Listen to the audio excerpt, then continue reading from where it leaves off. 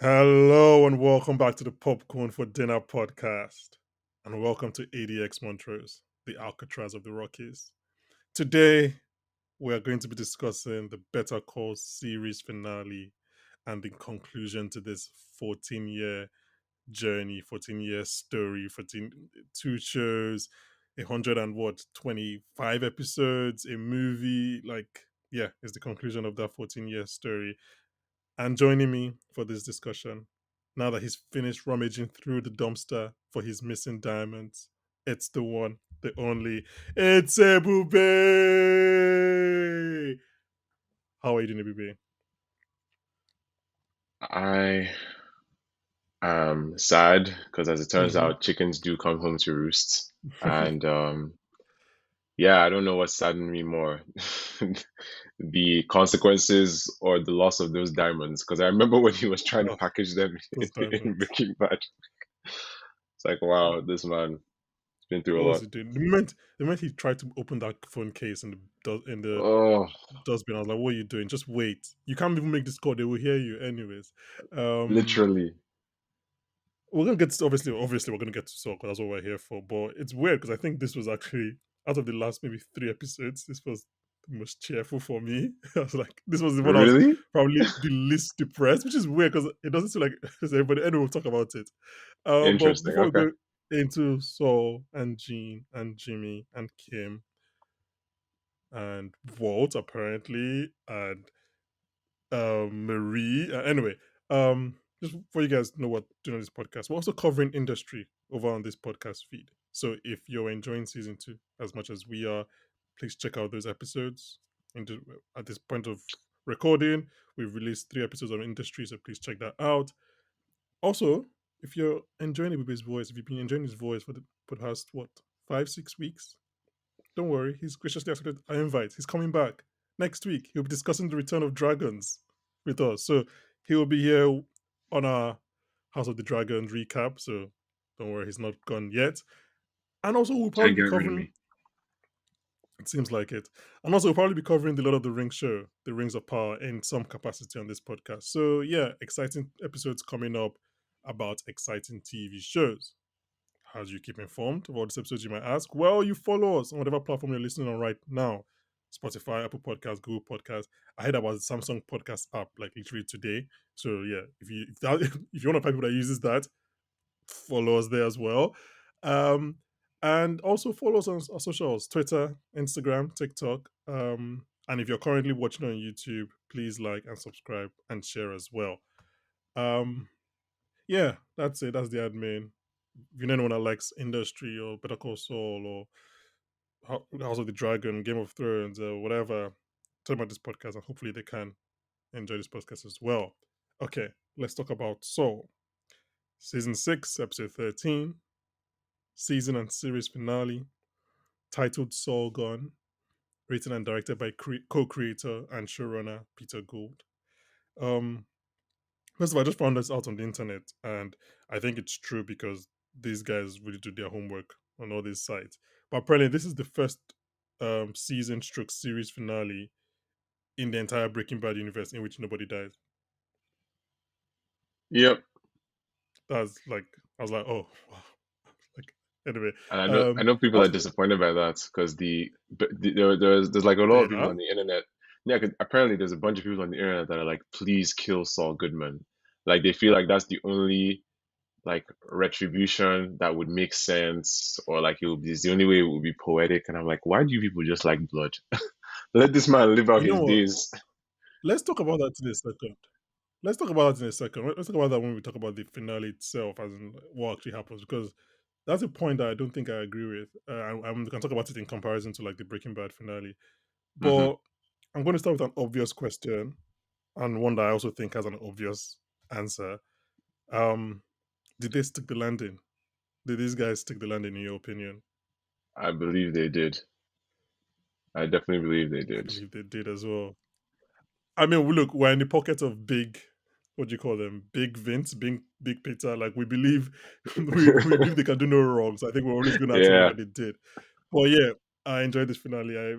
I think I was maybe two positions throughout the entire show. Maybe like in the 40th minute, I switched from like this to like to like this. Like I was just stuck in one, like watching the entire show transfixed for the entire 1 hour and Yeah, ten really minutes or engrossing whatever. stuff So this week.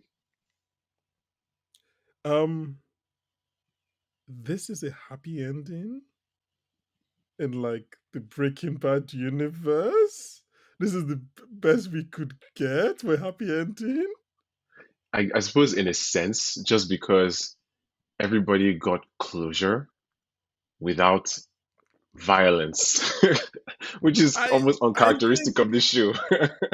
obviously the last 2 weeks we've been like, oh, like Gene is gone real bad. Like there's gonna be no happy ending for him and Kim. But like I was like, oh wait, which is why like earlier I said that this I was the least depressed watching this episode. I was like, oh wait, this wasn't as depressing as I thought it was. Which I guess let's talk about the actual finale and what actually happened.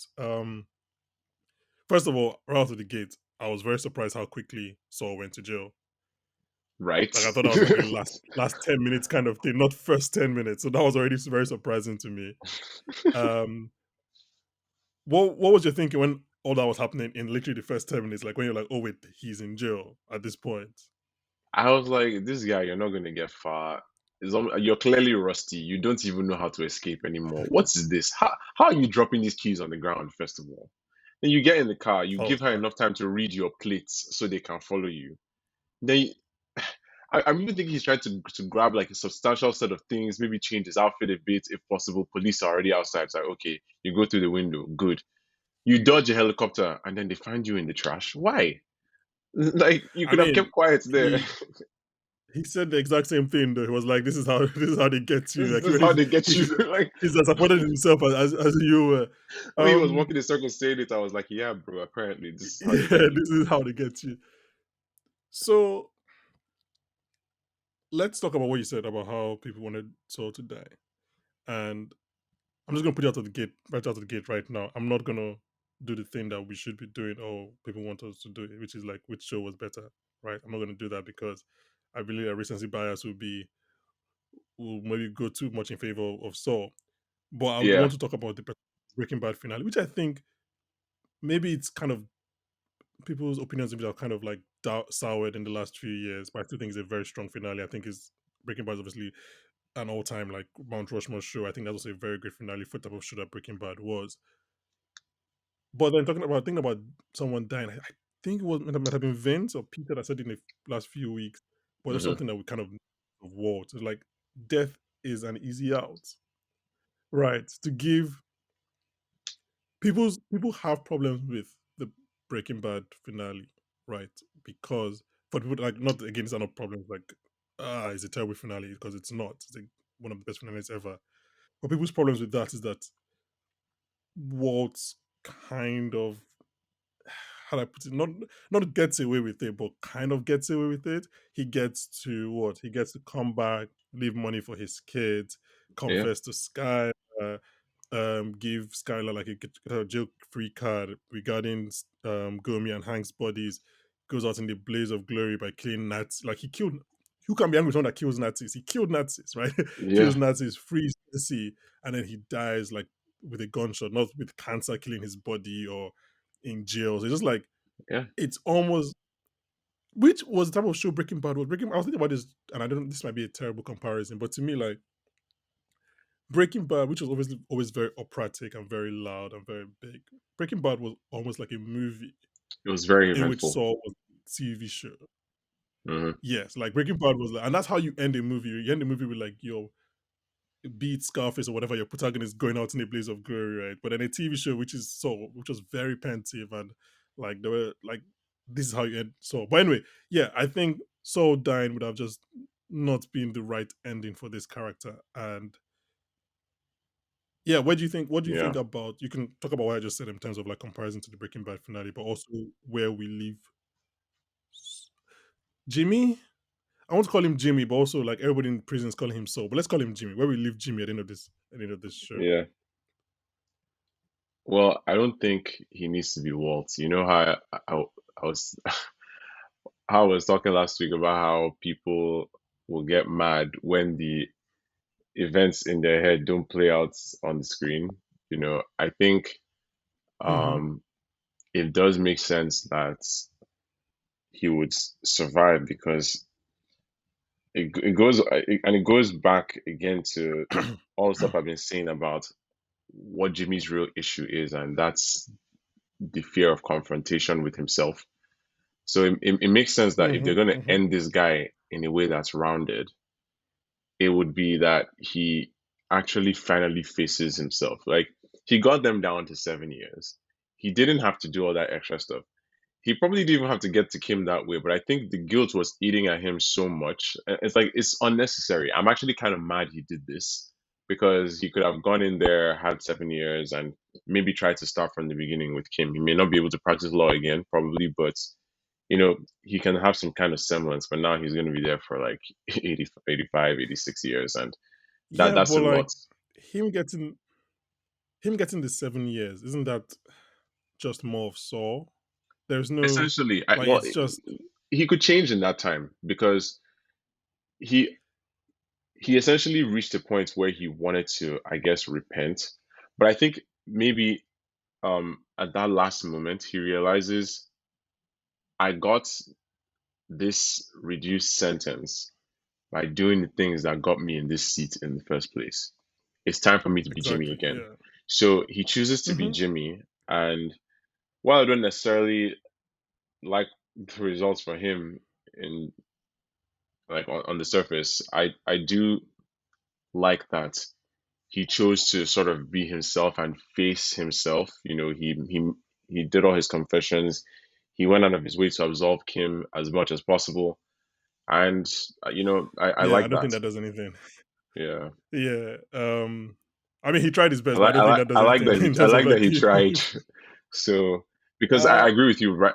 Death would be an easy out. Like the hard yeah. part is keeping the person alive in order to kind of reckon with themselves. Death would be an easy out for the character. It would be an easy out for the writers as well. And we know these writers don't Yeah. really like easy. If anything, they like difficult, like that's on record of liking Yeah, difficult things. yeah, I so I don't know if I would have enjoyed this finale the way I did in terms of it not being depressing as much as I did uh-huh. if he got the 7 years. Right. If he took look as I can a agree with that. person, as an individual, I want him to take 7 years because that's the smart thing to do, right? Is what I would do if I was in real life. Yep. But as a TV character, right, as someone who needs to show growth and who needs to face his actions and also grow from them, confessing is like the right thing to do, right? He echoed what you've been saying the last few weeks, and that like Jimmy doesn't want to face his consequences. He always run away from here, and he says it here that he runs away, right? Yeah. And I I like the fact because also we kind of danced around this also last week about how there might be a bit of Jimmy inside trying to like fight out or whatever. And I like the fact that it's like when he realizes that he kind of goaded Kim into confessing. Yeah. And it's like, oh wait, she actually did that.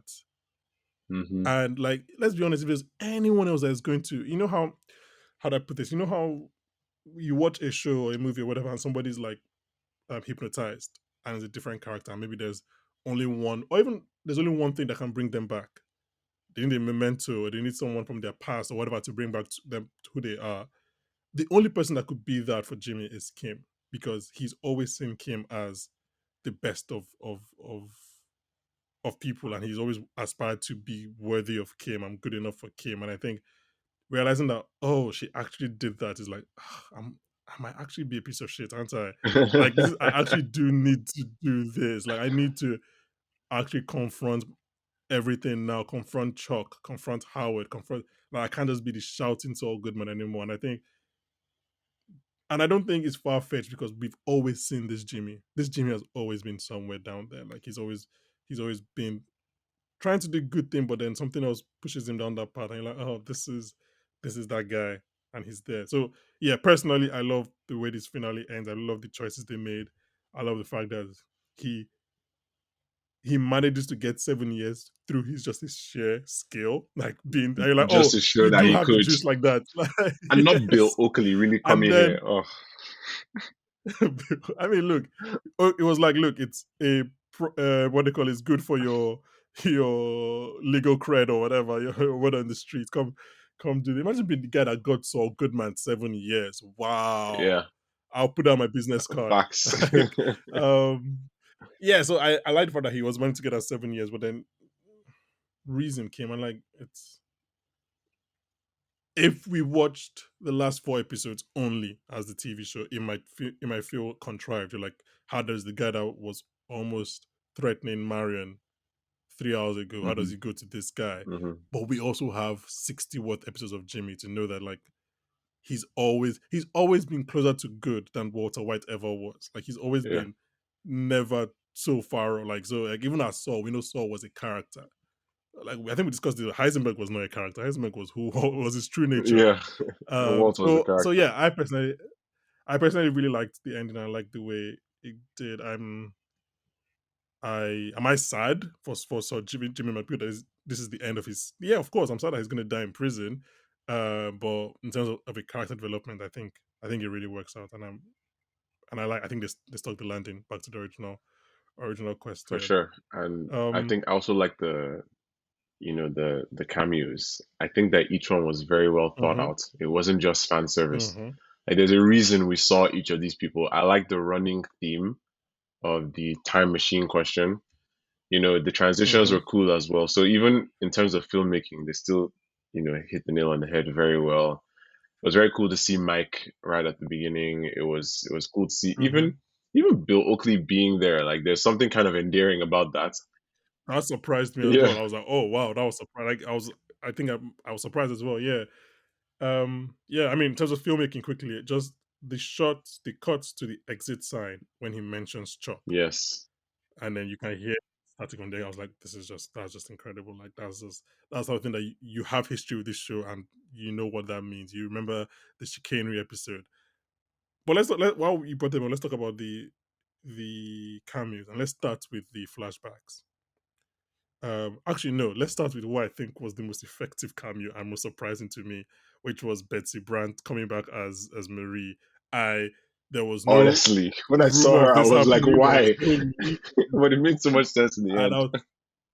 when he was walking, I was like, "Huh, woman, not blonde, Kim." And then she turns around, I'm like, "Wait, what?" Like, Like, it's like because there's been no allusion to her. There's been no reference of her. She did not we appear in have Bob literally Camino. We've not thought literally not about her seen in her years.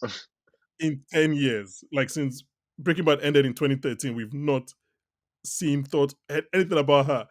And then even Skylar, we had Skylar's name like 2 weeks ago. And then now she comes in and then she has that monologue about Hank. And you're like, oof. You remember what kind of history you have with this show and these characters. And you're like, yeah, like, yeah, I don't know what to say. That It's that like, yeah, that's that's just just, so good. It's like that is how you use world building. You spend all this time and energy making such rounded characters that exist in a believable world that has real stakes. And then right at the end, you bring all those tools, all those things you set up, and you pay them off in a way that feels earned. Like that's really nice. Like the chickens mhm, came home to roost in the writing too. Because every single appearance made sense. Like it makes perfect sense that it would be Marie Schrader that'd be there because she's the only person left. Like she's the only person left mhm, with like a bone to pick, right? Because Skylar is yeah, dealt with, Walt is gone. Howard's wife is looking for a lawyer. So as far as the original series is concerned, like she is the last person who's truly alone, other than like Skylar and her kids. And there's no real need to bring them back because Marie would be the one who could actually talk to Saul as she knows him, right?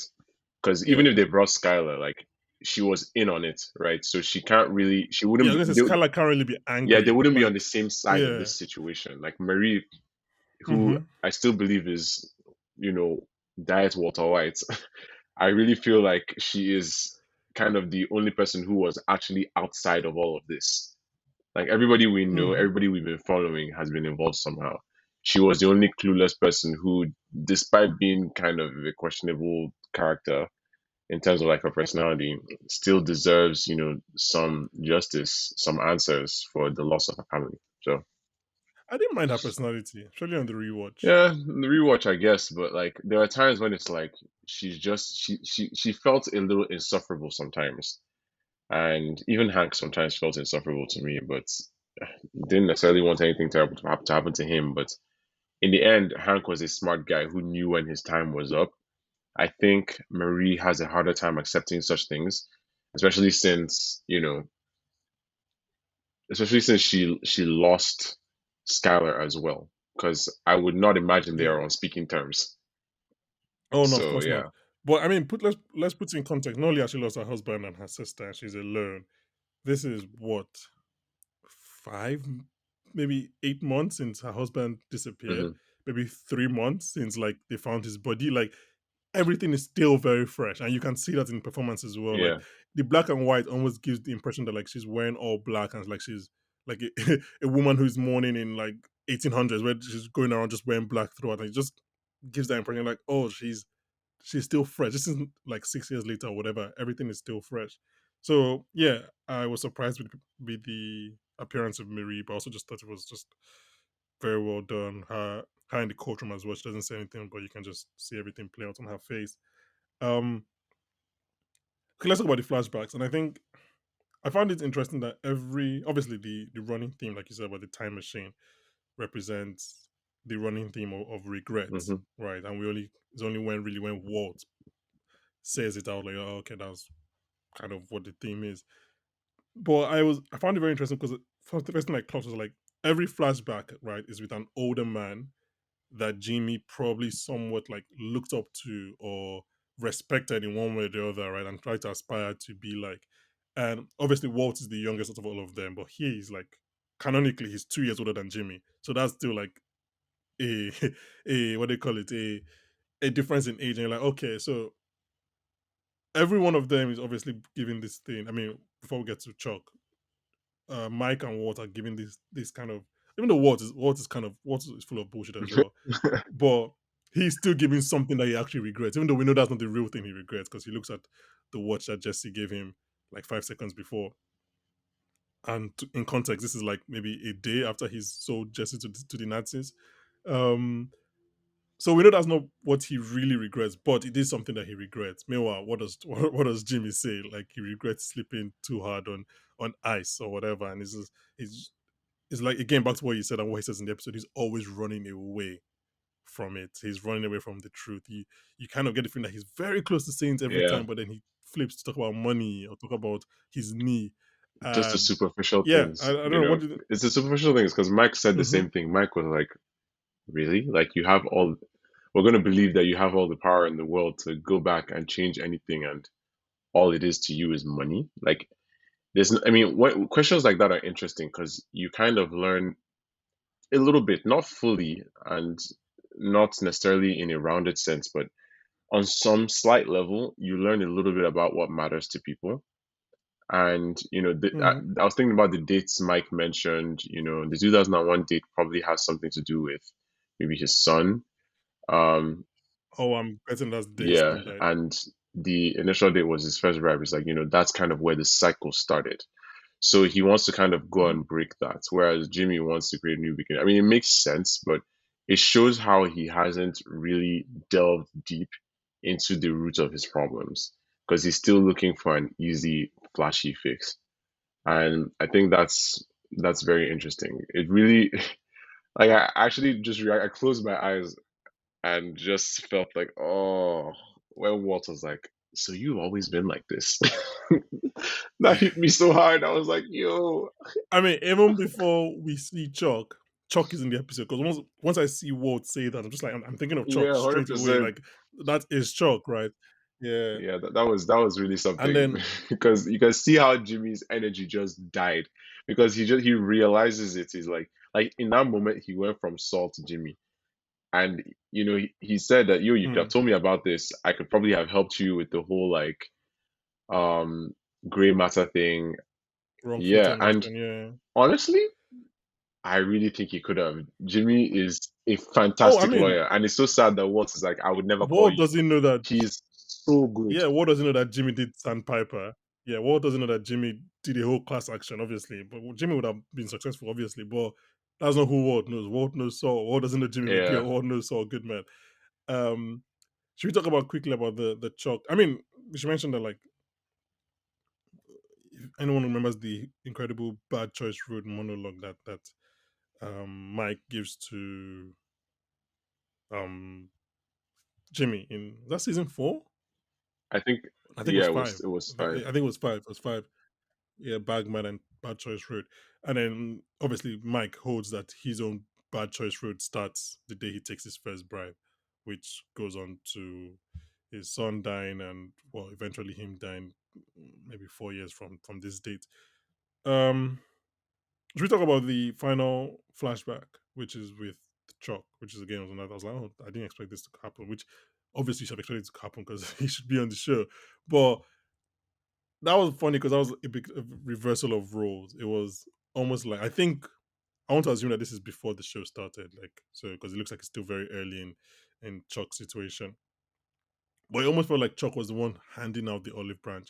I don't know if it was because he was reading that time machine book or whatever, but it seemed like he was one trying to make a connection, and then Jimmy was shutting it down, which is obviously a reversal of rules to the personalities that we know, the relationship that we know from watching the show. What do you think of that final I Chuck I think flashback? you're right, but at the same level, I kind of agree with Jimmy. I think Chuck can't help himself but judge. I think eventually he would Mm-hmm. have actually tried to tell him, "Oh, you're doing this wrong, you're doing that wrong," because we know now that fundamentally the main thing that really causes the divide in Chuck and Jimmy's relationship is the fact that Chuck genuinely does not believe he is good enough to to be a steward of something as sacred to him as the law. Like if you The law. change that one Mm-hmm. thing, their relationship is fundamentally different because it is because of Yeah. that that If Jimmy was a banker, they're best friends. yeah, and like Chuck just doesn't respect him. It's like there's always this sense of condescension, even though he wants to connect with him. I feel like eventually the conversation would have just become a thing where they ended up arguing or something like that. And that's just so sad to see. You know, you have Mm-hmm. siblings, you want to be able to commune with them, you want to be able to show that you want an involvement in their life, and them actually being able to trust that Yeah. and count on the notion that there aren't any ulterior motives. So, you know, it's kind of sad. But I thought it was a good flashback. I thought it was useful. The fact that Chuck was reading the Time Machine by H.G. Wells was also very good because maybe that's the reason that he brought that up in the first place. I mean, that book has a lot of themes regarding control, agency, and also just what it means to take on a journey. And all these characters have been on a journey. I think it's a really good Yeah. um, thematic nod. Yeah. And apparently that book appears in Jimmy's nightstand, which I never clocked, which will explain why he obviously asked that question to Mike because he's on his mind as well. And then you see it in the season 6 opener premiere as one of the things that they're collecting from Saul's very gaudy house. So he obviously kept that book long after Chuck died. Quickly, just while we're here, let's talk about Walter A little White. bit, yeah. I don't want to center Walter White in Saul's story, but we've discussed about how people have taken the wrong lessons from Breaking Bad or the wrong ideas from Breaking Bad, right? And have kind of liked Walter a lot. And more than a TV character, more than liking a TV character, I like Walter as a TV character. I love Walter as a TV. I love Don Draper as a TV character, but kind of liked him as the hero of the story. Yeah. And I find it interesting that like the two, as opposed to Jesse, who had a very innocuous like meet scene with Kim, right? It doesn't really paint Jesse in a bad light more than we know, but it's kind of more about how it's more of story progression. But I find it interesting how the two flashbacks we get about Walter. First of all, I'm sorry, Brian Cranston in this one was just like it was Truly. incredible. It was just I was like, incredible. I yo, was it's like, like oh he my never god, left. did you not He stop never being left. Walter White? Like, I was really thinking that. I was like, I my was like, did goodness, you he never still stop? has it. He's like all the things, even the he even played one thing I enjoyed and I was thinking about in the moment was how he played not just Walt, but Walt in that moment. Because Walt at that time is still arrogant and thinking that they can get out of this or that he's not he's not Mm-hmm. like down yet. It's like, remember, it's not over till I say it's over, right? Like this is a world two Yeah, is yeah. fully Heisenberg realized, and he thinks this is maybe just a temporary thing until he comes and destroys his enemies, not knowing that like there's no way out, and it's Mm-hmm. Jimmy that has to tell him, or I guess in his mind Saul that has to tell him it's over, bro. Like this is it. So Yeah. I like that he played that version of Walt, who sounds so condescending, so irritated, still trying to have some semblance of control in his life that he's trying to fix pipes that he has no business touching. He's making a tiny sound worse. Like he's making a little click into a banging. Like he's literally making Yeah, the situation worse. It's not even like wait, like dude, just let it go. I could sleep with the click. No, I can't sleep with you pounding. But anyway, yeah. I like how the flashbacks have, in my opinion, they've kind of been like, guys, this is who Walter White really was. Stop forgetting it. Like, stop glorifying who Walter White was. Like the flashback, I think it was Alan Sepinwall in his review. I'm sorry that I don't know why I'm shouting him out because again, Rolling Stone bigger than me, but just I don't know. I'm trying to be trying to be good. But in his review, he mentioned how most times when people bring back a a character, a beloved character in a flashback or whatever, it's kind of like to show you why that character was good or why you liked that character. Right. So it's more like, oh, this was what was cool about the character. But bringing back Walt in these two flashbacks, like, this is what was annoying about Walter White. Walter White was an annoying character. This is not like, so it's like, I like the fact that he's accentuating all the bad things about him. Like you said, the arrogance, the condescension.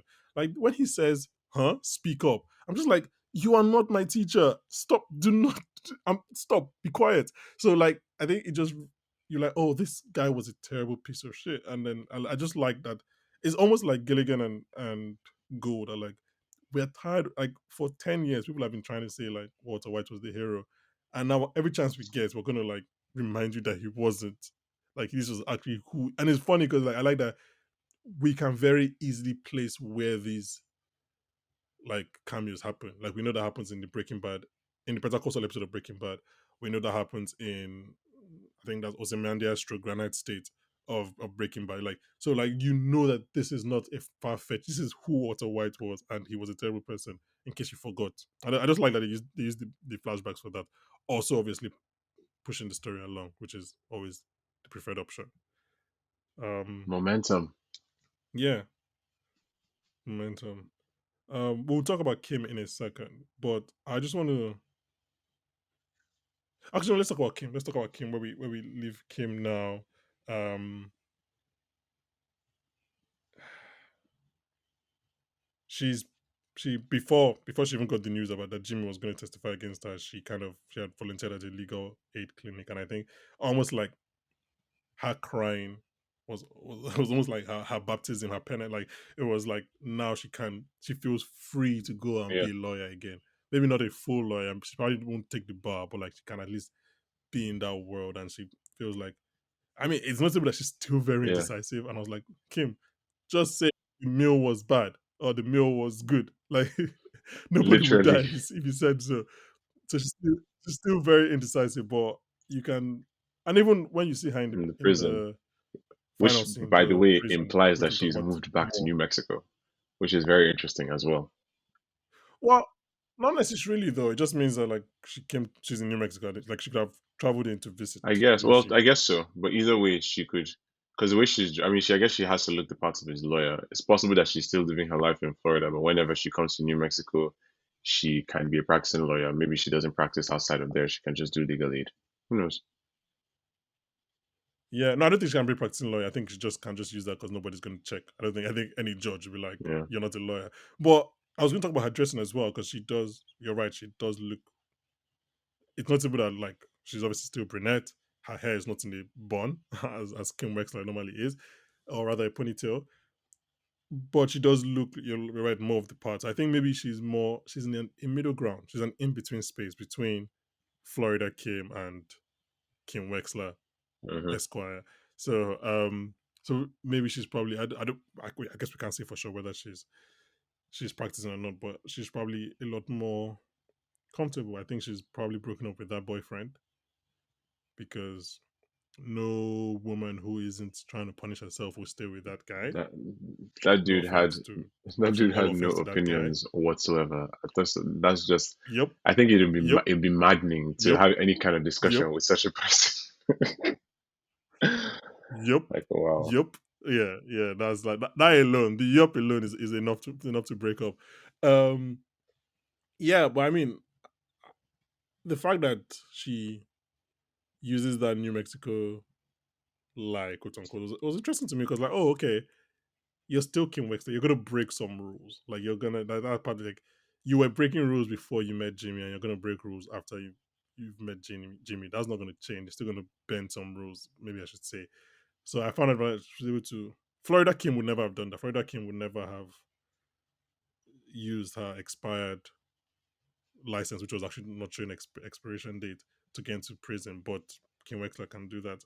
Um, so in the courtroom, when Jimmy confesses, what do you think? Like, what do you think really impresses Kim the most with Jimmy's confession? Because we see that, like, it kind of goes through stages, which is incredible acting from both Ray Seon and Bob Underkirk, where they don't say anything and you just see their conversations via their faces. What do you think makes her decide to go visit Jimmy after? I think it's probably to get her own closure, maybe, because even though Mm-hmm. she saw what he clearly tried to do for her in that courtroom, they didn't really have true interaction other than eye contact. I think, and it's funny because when she does get to visit him, she doesn't say much. But I like that they instead do a callback to them standing at the wall smoking because that's how they really, you know, I guess connected in a way. That was one of the things that made them really feel at peace. It's like you're here, I'm here.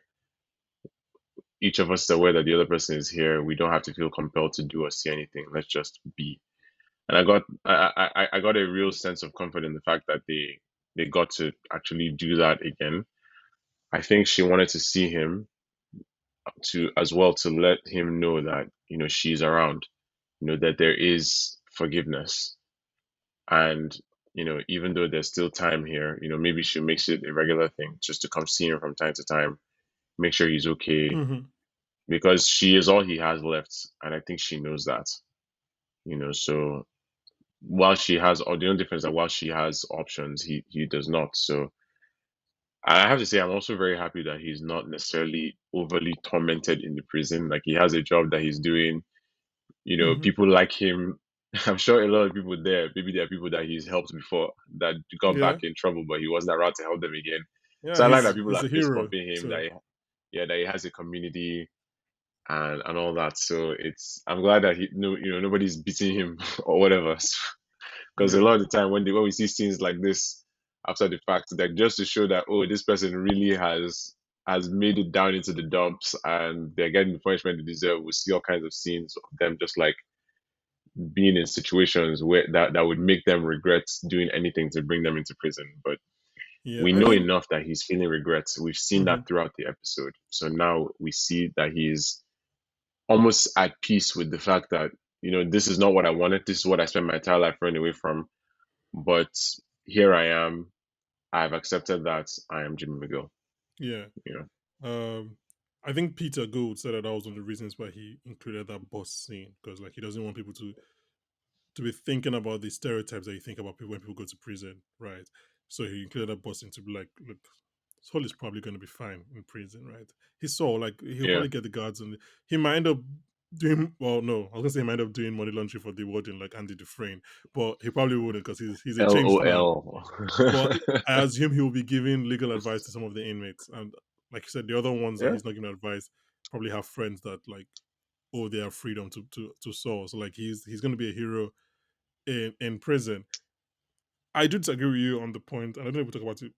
We didn't kind of expand on it earlier, but about the point that he did what he did mostly for Kim. Well, mostly to help Kim. I I think it was still think mostly it to was help her. I just think part of it was to help her, like, or at least okay. to have her there. I think he did it for like kind of to get the weight off his chest finally. Like I do think it was a self confrontation, but Mm-hmm. he wanted Kim there, and the parts like he's expressly told them that hey, I lied. She didn't have anything to do with any of that. I just wanted her to be here, which Yeah. has Okay. him corroborating the fact that she has not actually committed any real crime. So nobody can chase after her except for the civil suit from Howard's wife, if that comes. Yeah. So Okay. Okay. Yeah. Okay. Yeah. I agree with you at that point. Yeah, because I still think that he did it mostly for himself and to like get rid of all that. But I guess he's Jimmy. He also still wants an audience, and the only audience he's ever really ever wanted was Kim. Was Kim. So he wants Kim to be there to see when he's a good boy. Um, Poor Bill Oakley. He yeah. really tried to get out of this case. It's like, come on, Jimmy, bro. He's like, "Can I please go?" She's like, "Not a chance." Oh Not my a God. chance. That was Um, minding his own business. so for you and I, and for the five listeners, can we just like talk about the feat that was the Gilligan-verse? This guy's ended up telling a story over 14 years, 11 seasons, 123 episodes, one movie. That's like Peter Gould It's quite an wrote achievement, isn't it? Peter Gould wrote Saul's introduction in Breaking Bad in the Better Call Saul episode of Breaking Bad season 2. I think it's 2 or 8. Hmm. And that would have been what, maybe 2009? And when they wrote that and they cast known comedic legend Bob Odenkirk, nobody thought it was going to be a spin-off dramatic show. How many years? I just like, wow. Like to tell, I just Truly, like, wow. wow. I Knocked it's it one out of thing the to, park. yeah, like it's one thing to have a show that is like Breaking Bad, and then like to have a spin-off that is just as good. Some people arguing is whether it's better based on a character that had no business handling a spin-off. Like if they came out and said the spin-off was a Gus Fring prequel, maybe would have been interested. Or even a Mike prequel. Those are like you're like, oh, I can see the story, but they're like, no, we're gonna go with so good, and you're like, And I just love who? that so much. Why? Yeah, exactly. I love it because it's very detailed and painstaking proof that Saul Goodman's presence in Breaking Bad was no real accident. Like he has Mm, been more involved with these people than Walt ever was. Like Walt, like if in reality, if we really look at everything chronologically, look at all the information we've been given, these guys had a good thing going. And then Walt is the guy who showed up in the final like year and a half and just blew up everybody's situation. Like he was the problem that they should have stayed away from. And Mike yeah, knew. I've said it before. Mike knew, but, Mike always nobody knew. wanted to listen to Mike that day. I just think it's really fun that they've done that because you wouldn't expect Jimmy McGill to be the guy who really ties all of this stuff together. It's like, oh, a prequel about the lawyer. Why? But you don't realize at the time that the lawyer really is the glue that holds the situation together. Like he links all these different people. He is like on one hand you have like Howard and Kim, on the other hand you have the cartel, then you have like Waltz, which then brings in the DEA and a whole bunch of other people, and it's the guy has been through a lot, and because of that, we see things in a whole new light. I think they definitely delivered on the promise of Breaking Bad appearing different in a slightly more Differently. robust way now that we've Yeah, seen Better Call Saul.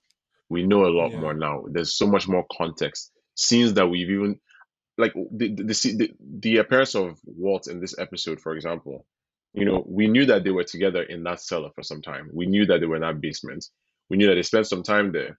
We knew that Walt wanted to continue, and Jimmy was like, "This is it." And now we know who Jimmy is. We can understand why he said, "This is it." Mm-hmm. He's seen the whole road. Walt doesn't. I don't think he ever fully understood what he was dealing with because even when he took over and Fring died, like everything came crashing because he didn't know how to uphold that. So he's like, I'm in the empire business, bro. You've never designed an empire. You think empires are built overnight? No. So I mean, being there and like seeing this new scene where we look at conversations that they had, what their dynamic was like, it gives us a new sense of real understanding regarding what all those relationships were like. Yeah. where they went going forward, what their headspace was. And I think that's really cool because even right now, at the very end, these guys are still rounding the characters, and that's so cool. You have a character-driven story in a story that's, so like plot focused in a detail-oriented way, right? Hmm. The plot is great and we love to follow it, but the characters are the ones who give that the fuel. And I think that's why this is so engaging because it's the characters that we tend to invest in. Yeah. I mean that scene between Walt and Jimmy was just very interesting to me because I was looking at it, I was like, these are just two lead characters of very different shows, but also kind of like under the same umbrella. You get what I'm trying to say? Like you can see it in performance. Like Walt is jittery and like loud and condescending and Big Bang, which is what Breaking Bad was, and then Saul is quiet and trying to sleep and like speaking with hushed tone, which is what Better Call Saul was. And just like it, I was just thinking about it now. It kind of reminds me of like when Power Rangers will have these crossover episodes, right? And you have two Red Rangers in the same episode. Just like these are two number ones, are two leaders of their respective shows going at it in this scene in two different ways. I'm like, oh, at one point, at no point is it a Breaking Bad. Like it feels like a Breaking Bad scene, or rather, it looks like a Breaking Bad scene because we know where it's set. Where it feels like a Better Call Saul scene. It feels like Bob Odenkirk leading this scene. He's the lead actor. It's just yeah. I mean, it's just very very good. And yeah, I just love the fact that look this. I said it before. The writers are just smarter than me. They pick the right scenes, pick the right everything. Like, oh, this is where we're going to throw this. It's just all good. Um, Yeah, that's why they pay them the before big we bucks. That's why they pay them the big bucks. Yeah, Gilligan and Gold. Before we leave for the final time in the Breaking Bad universe, I don't. Let's just check in with some of the other characters that we didn't really get to see in the last few weeks. I mean, Mike had some cameos, but in essence, essentially, the last scene we get of Mike in Better Call Saul is the scene with Nacho's father, right? Hmm. Which is just like again, another. We're not going to go that again because that was a different episode. But another great scene, another great like the themes there. He's Nacho's father basically dressing down Mike and calling him a gangster that just wants revenge, not justice, and all that. And I mean, it's sad because that's what 2004. So that's like 6 years before Mike dies, which because when Mike is like, there's some people I want to check in 5 to 10 years time and see how they're doing. I'm like, oh, you'll be dead by then, and they won't be doing well because they won't have any money. I was like, oh, that's sad. I was Yeah, thinking about like, oh, that's very sad. it really is. And, it makes so much sense too, because, you know, that conversation being the last, that's like chronologically Mike's last contribution to this show. And you Mm-hmm. can see, like, if you draw a line right at that point, you can see that the Mike before then was struggling mentally, emotionally, morally. The Mike after then is like, I know who I am, I know what I am, but I know why I have to be who and what I Mm-hmm. am. So I'm just going to keep doing it. So it's like he accepts that he is a gangster. And now we know why he made that acceptance. We now Yeah. know what kind of made him so disappointed in himself that he stopped fighting for, you know, his original moral code. He let it continue adjusting. And we can see But that it also, was that realization, knowing that he failed Nacho and his father, that kind of like mhm. stops him. Yeah, I was gonna say, but also like Nacho's death explains his loyalty to his men. Remember, that's the reason he dies, is because he doesn't want Yeah, to give Walter the list of his men, and he's like yeah. he doesn't want another one of his men, i.e., Nacho, to die like that again. Um, Gus, Gus had no cameos, and the last time we actually see Wasn't he Gus drinking is wine? it was drinking wine with Reed Diamond's sommelier, and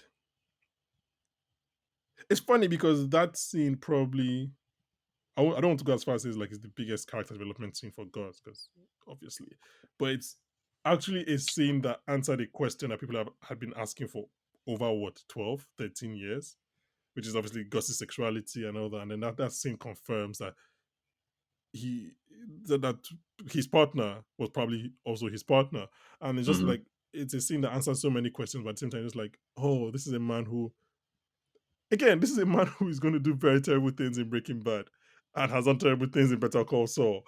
But you're Yeah, like, in this one moment, it really humanizing. You're like, oh, this is a man who just can never have love in his life because anyone that comes close to him will probably die by a swimming pool, like the last person did. And yeah, and then they spent 5, maybe longer minutes just on them talking about wine, and that's the last time we ever see Gus. So yeah, yeah, I yeah. this is a great show, a great show, a show that had no right being as good as it was. Um, and managed to stick the landing. Man, I just keep saying like it's one thing to do Breaking Bad, but to come up and do this after is just you know what? Maybe House of the Dragon would be a similar success story and be better than the one that came before it based on the ending. Anyways, Amen. as someone Amen. That's who's all I'll I don't say. think HBO has confirmed this. As someone who's read the books, how many seasons do you think the show can go for? Just a bit like, what's your arbitrary guess? I think that they can probably reasonably do three, but honestly, it's so short that they could do it in one if they truly wanted. Like, Oh, I don't think they're doing it in one. I don't think they I would, think we they're would have definitely known by not doing now. it in one, but to put it in perspective, right? The average Game of Thrones book, there are five of them so far. The average one is just on average, let's just say that they have 1,000 pages, right? Mm-hmm. The book that House of the Dragon is based on, The Princess and the Queen, that's considered a novella. Like George R. R. Martin himself calls it a novella. That book Oh, is less than 500 pages. It's literally less than, and all of Game it's of half of the Thrones, season. yeah. So Game and all of Game of Thrones season, the first book, which is titled A Game of Thrones, that book is all of season one, and I think it was actually paced okay. So I mean, they did divide it as things went on. Like, see, book two was season two. Book three is actually pretty long. They use seasons three and four for that. But Mm-hmm. this one is a much shorter book. So technically, if they wanted to be really concise, they could probably do it in a season, maybe two. But I think it's possible for them to do three or four. And I hope they do Yeah. because that really gives us a chance to have some time with these characters. I know people like brevity, people like things to stay the same, but this is an adaptation. And I want them to have the Mm-hmm. freedom to really let the characters breathe, let the story itself breathe. So hopefully we get at least three. Yeah. Yeah. I mean, George R. R. is involved. So if he needs to write more stuff, he'll write more stuff. I just can't wait to see Matt Smith, man. He's so Um. good, that guy. He has no But business yeah, being that good, guys. but he is. Yeah. So if you didn't think you're gonna like watch Game of House of Dragon because Game of Thrones is sour taste in your mouth, just watch the pilot. Come listen to us talk about it, and then decide whether you want to watch it or not. But watch it. Watch the show. It's not the same people that are making it. Yeah, If anything, it has the best people that worked on Game of Thrones are working on this, and truly. the worst, David and Dan, are not working on this. So I mean, it seems like a perfect equation. But I was going to ask you this question, but I think we are both on the same side. This is the year 2022, if you're Uh-huh. listening in 2030. And obviously, High future. Jimmy, yeah, Jimmy is sentenced in 2010, so it's been 12 years. Is he still in prison or has he gone off for good behavior? I think I think he's still in prison, but we're getting to the point where they're maybe willing to consider doing a reevaluation. Because You think so? In less than what, 20 years already?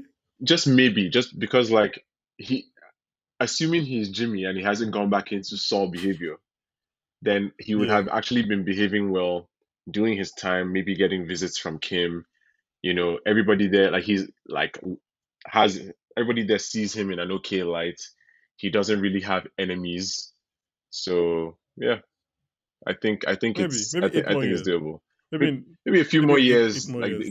now they get Yeah. to the point where like they'll come, like the law will visit and be like, okay, we see this is and this. Maybe you can actually start I mean, he's getting 62 evaluated for now, this. so Yeah, maybe yeah, he's getting quite old. He's 62 now. yeah.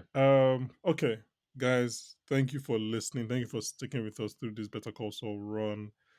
This has been a fun season, a great season, great show.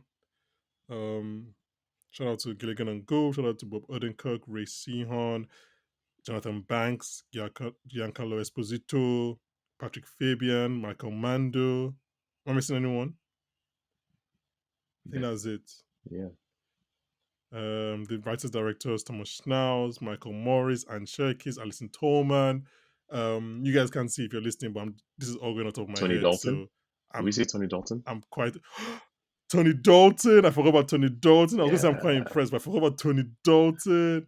I think that's the only person. I think I've got everyone else. Patrick Fabian. Mark Margolis. Oh yeah. Yeah. Patrick Fabian. Yeah. Nice Patrick Fabian. Yeah. Michael McKean, who played Chuck. I think I'm Yes. going to my head. I think that is it now. I believe that should be it. Unless you want to say Betsy Brandt. Obviously, well, you know what? Always shout out Betsy Brandt. Yeah. Yeah. Shout out to everyone else that was booked on this show, that was booked in this universe. Mm-hmm. Brian Cranston, Aaron Paul, all that. Yeah, and join us next week when I'll be talking about industry. We'll be talking about House of the Dragon, but we'll be joined by star of Jordan Peele's Nope, which is in theaters now. Go watch that. Daniel Kaluuya. Bye, guys. See ya.